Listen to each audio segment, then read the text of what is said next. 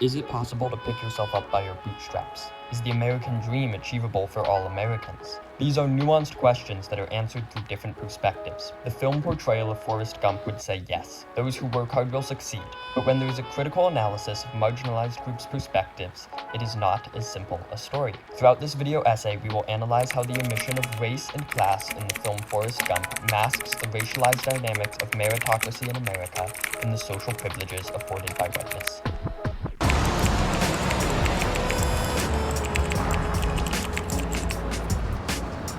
Hello, my name's Forrest Gump. Do you want a chocolate? Forrest Gump was a box office sensation, grossing almost $330 million during its original release, becoming one of the most popular movies of 1994 and a hit cultural phenomenon in America. And the Oscar goes to Forrest Gump. As the film follows Forrest through his life, we see him engage with a wide array of socio-historical events in 20th century America. Throughout his journeys, Forrest displays an unwavering sense of goodwill and optimism, which constantly affords him unlikely success.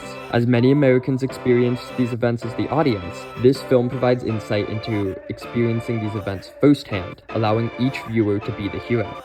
Forrest Gump achieves the American dream through sheer determination, hard work, and good faith, a subversive representation of a meritocracy rewarding someone who society considers disabled. He must be the stupidest son of a alive, but he sure is fast. The story resonates especially well with the American audience, who, as scholars have found, are notable for their pronounced belief in agency-based explanations for wealth and poverty. On the surface, Forrest Gump would appear to suggest that there exists an American meritocracy under which any well-intentioned, perseverant individual can succeed, regardless of identity.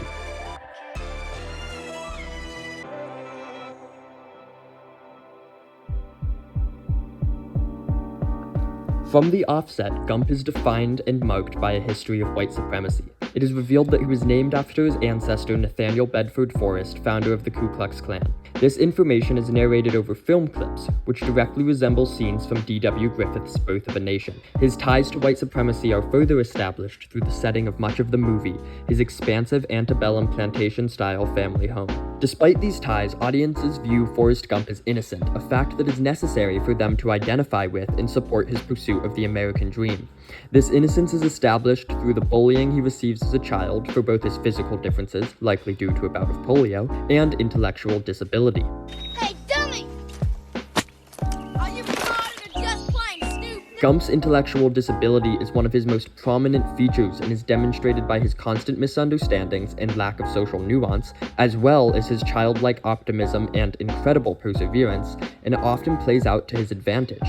While Gump is absolved from the guilt of white supremacy, he still benefits from his positionality in society. It begins with his ability to live in the house his mother grew up in. One of the greatest advantages in American society is homeownership, because of the value that it exponentially accrues over time. This is the beginning of his privileges in American society, as many Black Americans were denied this opportunity through racist policies such as redlining. Additionally, as mentioned, the ease of Forrest's rise through society as somebody who is mentally challenged implies that if he can make it, anybody can. But the film does little to acknowledge the historic role of racism in this country. Despite covering broad and controversial socio-historical topics such as the Vietnam War and HIV/AIDS, Forrest Gump only briefly interacts with the civil rights movement. The first encounter Gump has with the civil rights movement is during the integration of the University of Alabama, where his small kindness of picking up Vivian Malone's book marks him as an ally to blacks. However, in his second interaction with the civil rights movement at a Black Panther rally, the radical left is demonized through the character of Jenny's boyfriend.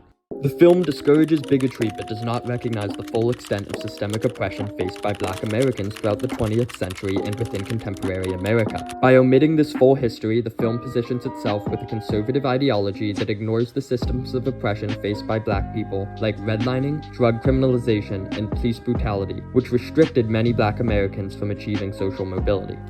While Gump faces challenges such as his mental disability and being raised by a single mother, the film still fails to acknowledge as many other challenges that occur when rising from the lower classes within American society. One scholar argues that those in higher classes believe that America is meritocratic and success is conditioned on one's determination to succeed. One example of this comes when Forrest's initial success with his own small business is later turned into massive profit in the investing world. The blue-collar veteran worker is rewarded by an economically mobile society society for his hard work. He is rewarded for being a kind person who does things the right way. Another theorist explains that the film takes a conservative position because it is not affirming commonly accepted progressive values like ones that recognize systematic racism and the challenges that those from lower classes face when rising in society. There are many themes of conservative values, as there is not just meritocracy in the ones previously mentioned, but the general appeal for nostalgia present within the film. One popular argument is that the film is being nostalgic for a simpler time in American history. An example where we see this in the film is when Forrest decided to run across the country. Gump can attempt his goals on a whim and be successful because those in America who work hard will be successful. Gump is able to go on this run impulsively, which many Americans would not be able to do, and in doing so evokes feelings of nostalgia, making Americans long for a time when this was possible. Nostalgia, however, is not always innocent. This is a direct appeal to those who feel nostalgia because they are the beneficiaries of racism. It is a call for a simpler time when white men could do anything they set their minds to. Gump, through his disability, becomes a conduit for people in the audience to feel aspects of victimization. People are being nostalgic for a time when racism was not only present, but overtly practiced by American institutions. There is not much to be nostalgic about. It was a dark time in American history.